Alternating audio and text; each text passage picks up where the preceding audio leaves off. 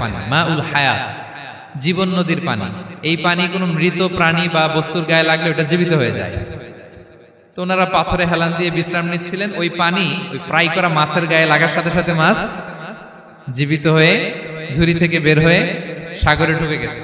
ওনারা আর খেয়াল করেন না। এরপর আবার হাঁটতে লাগলেন। হাঁটতে হাঁটতে যখন ক্লান্ত শ্রান্ত তখন বলে, এই ইউসা, আমাদের ওই মাছ ফ্রাই মাছটা দাও, এখন খাই। ঝুড়ি খুলে দেখে মাছ নাই। মাছ গেল কোথায়? তখন ইউসা বলল, হয়তো আমরা যে পাথরের ওখানে বিশ্রাম নিয়েছিলাম ওখানে আমরা মিসিং, ওখানে হারাই ফেলছি। চলো চলো, আরে ওইদিকে তো যাইতে হবে আমাদের। উনি গেলেন, যে দেখে মাছ যে জীবিত হয়ে বালুর দিকে নাড়াচাড়া করতে করতে সাগরে ঢুকে গেছে, ওখানে দাগ আছে। মুসা আলাইহিস সালাম ঢুকলেন সুরঙ্গ, ঢুকে দেখে চাদর গায়ে দিয়ে এক লোক শুয়ে আছে। সালাম দিলেন, আসসালামু আলাইকুম।